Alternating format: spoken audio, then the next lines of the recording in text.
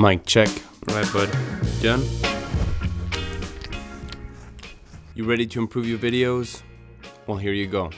5 tips that I always use when I shoot my videos. Welcome back to the channel. My name's Anton. Tip number 1 is pre-production. Before you get on set and you start actually shooting your videos, prepare as much as you can, because once you are starting to film, there's a lot of things that you can't control. Shoot for the edit rather than shoot and then edit something together. I think it's very obvious in videos when someone has not done pre-production and not planned his shots before actually shooting. So shoot with the edit in mind already. And it doesn't have to be perfect. Just have a rough outline of what you want to create, whether it's a mood board or bullet points, but at least you have something to go after once you start shooting. It's simple, just do a little pre-production, whether the project is big or small. Number 2, lighting. I know this one can be tricky because it takes time to learn it, but once you have it dialed and you know what style you like, then you can just apply it on each project that you do. The way I like to shoot my videos is make them very moody, and the way I achieve that is just by simply shooting from the shadow side. Let's say if I use the sun as a light source, I will shoot on the shadow side most of the time because I believe that's what gives me a nice looking image. I think lighting is intimidating at first, at least it was for me. So it's just about getting started, and it's not as complicated as you think. You can make it very intricate, but all you need is one key light, maybe a practical light in the back that will give you some separation between you and the background, and you can start from there. From there you can start experimenting with different colors, different lighting techniques, but I think that's a good start. Number 3, use unique perspectives. The beauty about filmmaking is that you can portray the world however you picture it. So think outside the box. Rather than just pointing the camera at your subject, think about creative ways of mounting it in different points, or shooting through things, or having stuff in the foreground.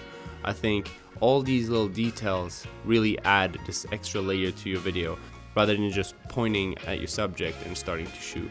Think of all the other tools that you have available, whether it's an action camera or drones. You have so many different drone options which are fairly affordable now with DJI, or you can go the FPV route to give it a different perspective as well. When I shoot videos, sometimes I would spend 2 hours to get, let's say, 3-4 clips that I will only use for split seconds in a video. Those couple seconds might be the thing that sets you apart from other filmmakers. Where would a regular person point the camera, and where can you mount the camera in an unconventional way to show the world in a different perspective? Number 4, camera movement. I believe that with camera movement, if you can find the right movement for what is happening in front of you, you can really create some beautiful images and moments. So let's say you have bushes, poles, or anything in the foreground. Use that at your advantage to make the image more interesting, and shoot through the foreground at your subject to create some depth. Number 5, editing. I think this can be the most tedious, but it's also the most rewarding, because that's when you see your project come to life. And it's one of the most important ones as well, because you can shoot some beautiful images, but if your color grading isn't lined up, or your editing pace and the sound isn't great, then the image is kind of worthless. I also sometimes feel like I have really good ideas before I start shooting it, and then I shoot it and I get into the editing booth and I realize that it just doesn't line up nicely in the edit.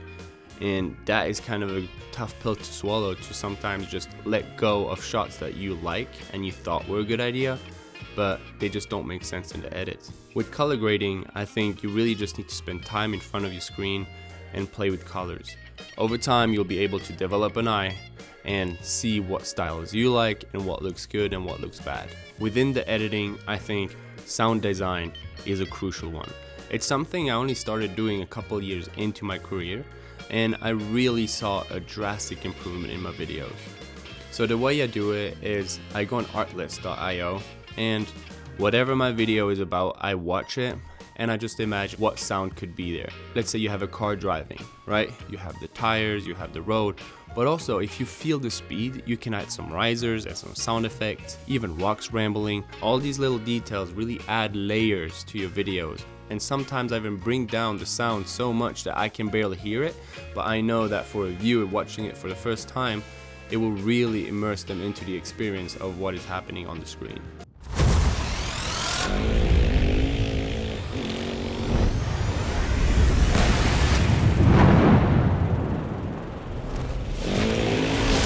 I think with sound design, you can really finesse everything and add so many different layers. So just experiment with it and you'll see a drastic improvement in your videos. Here's a bonus tip for you. Try using some filters. Right now I have a 1/8 Pro Mist filter on my camera, and as you can tell, those lights behind me have a slight bloom to it. It softens the highlights and it raises the black slightly. And I just think it adds like a nice aesthetic to the image. So play around with some different filters. They have a 1/4 as well. It's a little bit too intense for me, but I think the 1/8 is quite the sweet spot.